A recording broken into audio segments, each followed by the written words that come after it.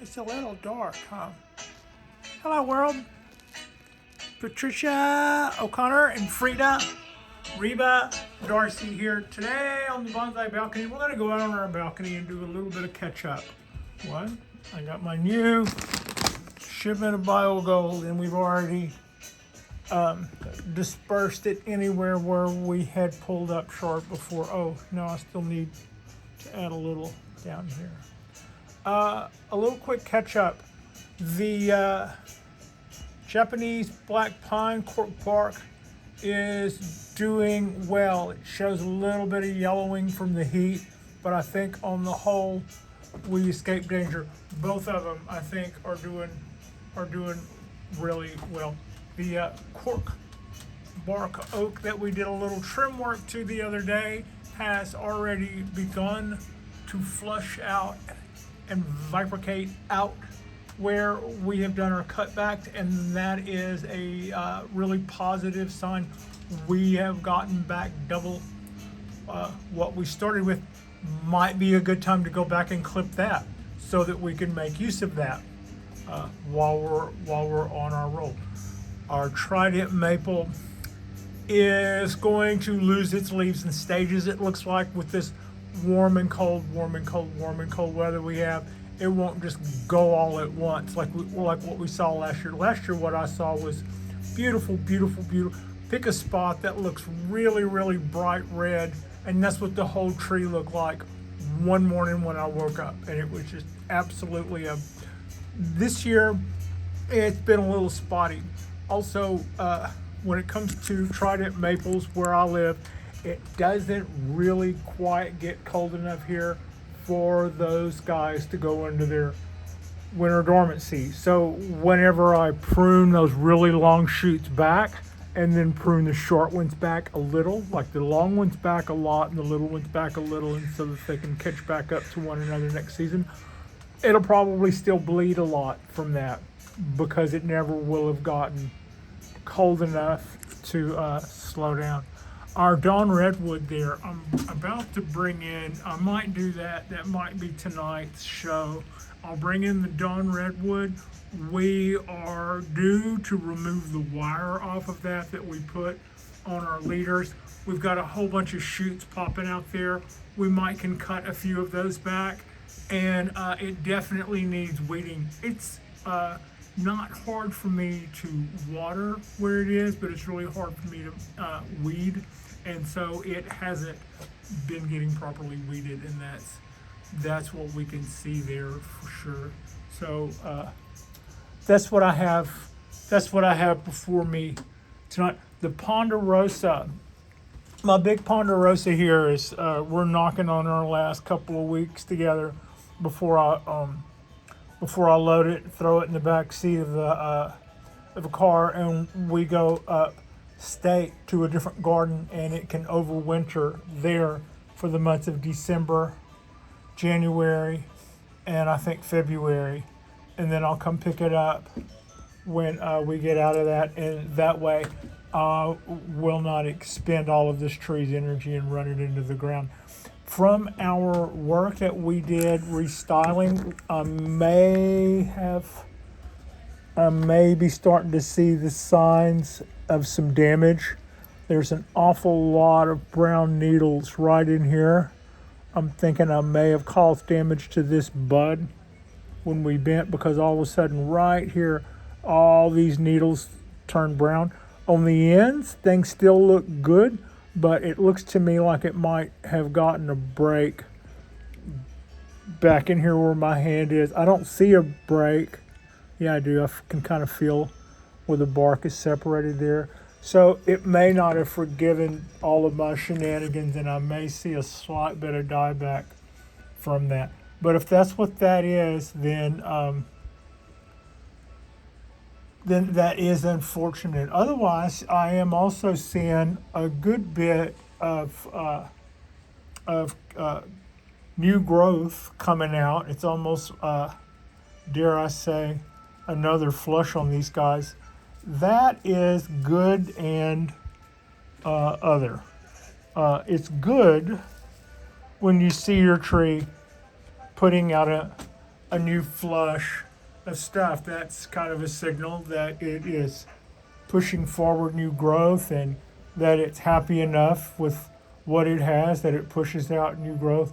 There's a couple of reasons why you would see a tree pushing out growth in the off season like that. One, it has an abundance of energy, and without enough places to stash its increased energy, which is like its sugars and starches or whatever all of those chemicals are, they're running through the vascular system of the tree, and they're all going to start going to the roots because that's where stuff is stored. Well, if it's all already in the roots and there's no place for it to go, it just kind of keeps running around the tree, and without a pocket to put it in, the tree will start pushing out new shoots and new growth, which it may or may not keep. Also, it would not be doing that if we were in winter dormancy. So that is also when your Ponderosa is pushing out new growth at the wrong time of the year like this. It's a sign that it is too warm, I think. I would say that's a sign that it's too warm. I didn't read that anywhere, but I'm pretty sure my Pondo shouldn't be pushing out new needles right now.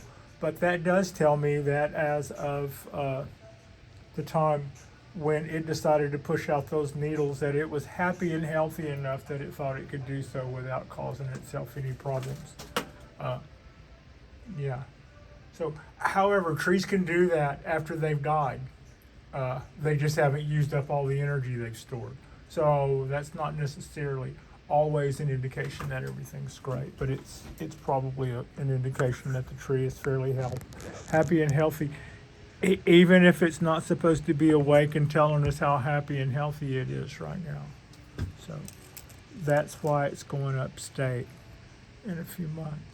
This is our coastal oak. It looks like it's ready for a little bit of water, but it's looking really good. I'm really happy with the growth on it. It's flushing out so much, and it'll probably get some sort of prune back, but I'm not in a big hurry to do that. Yeah, I'm pretty happy with the growth we've been seeing on this guy.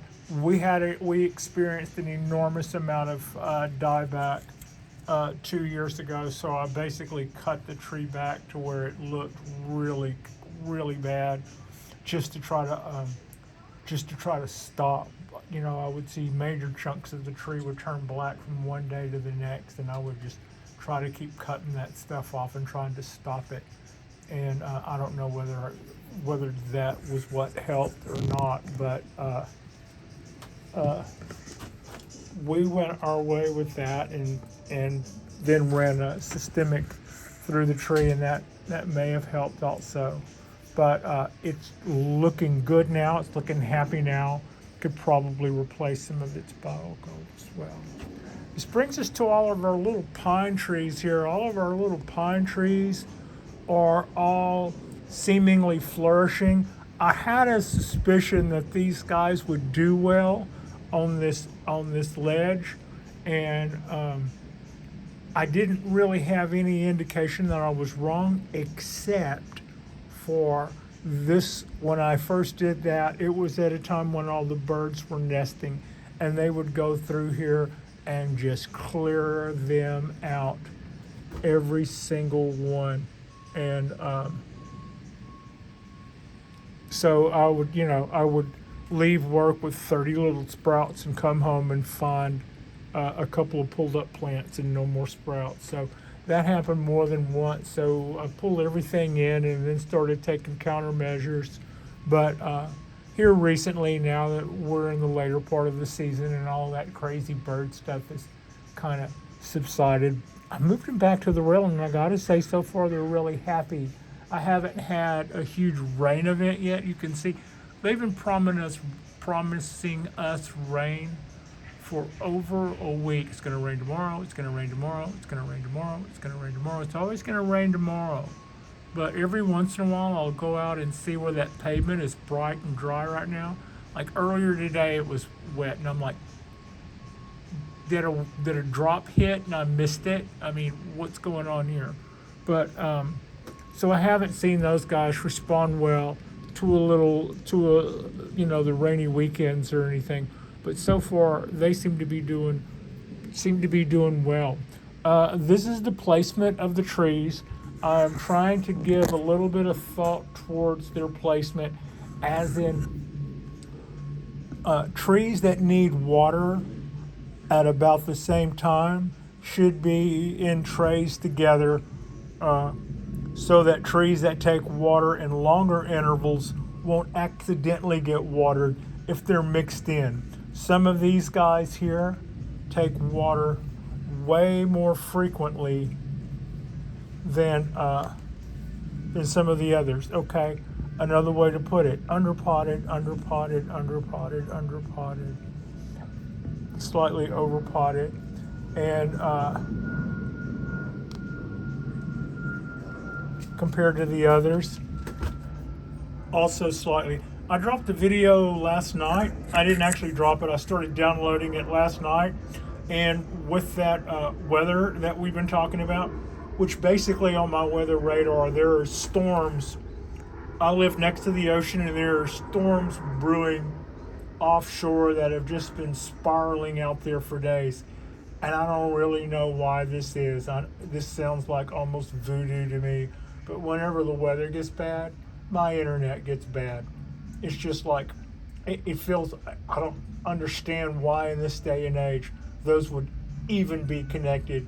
But they definitely are. So the video I did about why that little tree is yellow and why this little tree is the little yellow has only downloaded 18%. Last I looked was about 30 minutes ago, and it had uploaded or downloaded, whichever it is, 18%. And that's not over the air. That's with a cable going from an SSD drive to the computer. It's only uploaded 18% of it, and that's been going since 10 o'clock last night.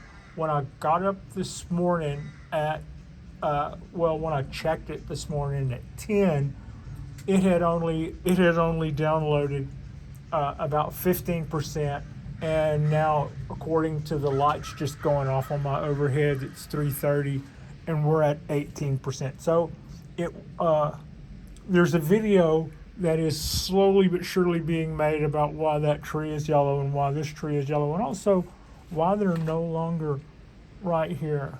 Everything here, whenever I walk up, tends to need to be watered.